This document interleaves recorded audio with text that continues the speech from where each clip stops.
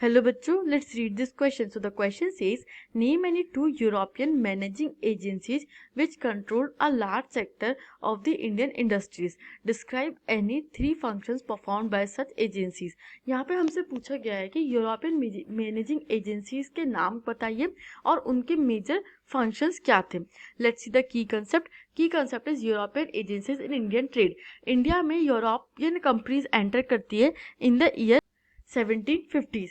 हम 1750s से Indian trade में यूरोपियन कंपनीज का इंटेलिजेंस देखते हैं और उसके बाद इंडिया में इंडस्ट्रियलाइजेशन प्रोसेस स्टार्ट होता है जिसमें यूरोपियन एजेंसीज भी एक लार्ज स्केल पे पार्टिसिपेट करती हैं.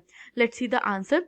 European managing agencies controlling large scale of Indian industries were Bird, Hilger and Co, Andrew Yule, Jardine Skinner and company. मतलब Bird Heilgers and company, Andrew Yule की company और Jardine Skinner and company were the major participants in European major managing companies. ये तीन major managing companies थी Indian market में. उनके जो main functions थे वो थे, first, European managing companies mobilised capital in the market. उनका मेन काम क्या था कि कैपिटल को मोबिलाइज करना और प्रॉफिटेबल सेक्टर्स में कैपिटल को लगाना.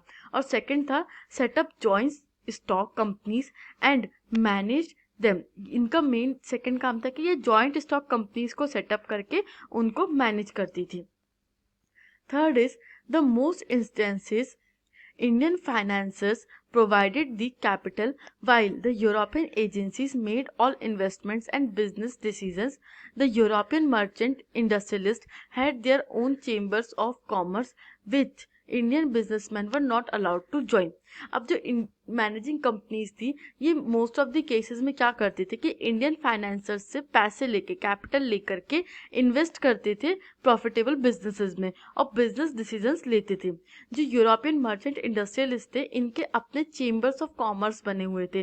चेंबर्स ऑफ कॉमर्स मतलब बिजनेस इंटरेस्ट को डिस्कस करने के लिए, कीप करने के लिए एक ऑर्गेनाइजेशंस बनी हुई थी और इसमें इंडियन बिजनेसमैन को अलाउ नहीं किया जाता था ज्वाइन करने के लिए. तो इस तरीके से यूरोपियन मैनेजिंग कंपनीज ने एक एक्सक्लूसिव एनवायरनमेंट क्रिएट किया था अपने लिए इंडिया में. I hope you understood this question.